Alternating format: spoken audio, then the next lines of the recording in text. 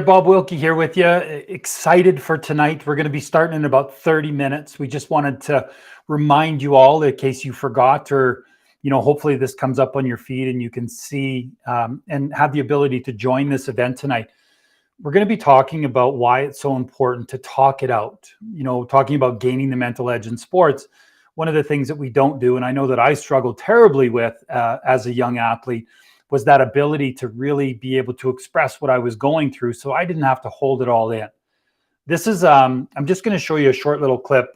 During the pandemic, we had Dr. Bruce Perry join one of our live webinars. And here's a little bit about, why this is so important tonight and what Dr. Perry said, the importance of validating and understanding, when somebody is expressing themselves. Real important here. Why is it that we need to be cautious of dismissing the way somebody's feeling? Why is it that we need to feel validated with our feelings when we finally do break down and express them? Well, it's because part of what's happening is that somebody's making themselves very, very, very vulnerable to you.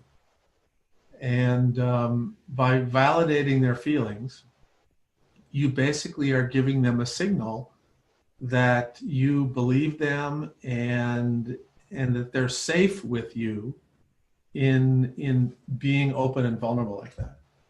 And it makes somebody feel regulated, makes somebody feel safe. When somebody takes care of the gift that has been given to you of vulnerability. And and again, this is one of the hardest things, I think, when we do work with parents or with partners where there's a lot of conflict all the time. One of the tendencies is that people want to jump in and explain why they did something and undo, kind of semi-invalidate the feeling of the other person. And it's really hard to sit there and listen when you think that you're being unfairly portrayed or misunderstood because you want to explain it right away. But it's really important to just let it sit, just let it there's something that's incredibly powerful about quiet. And that's different than silence. It's quiet.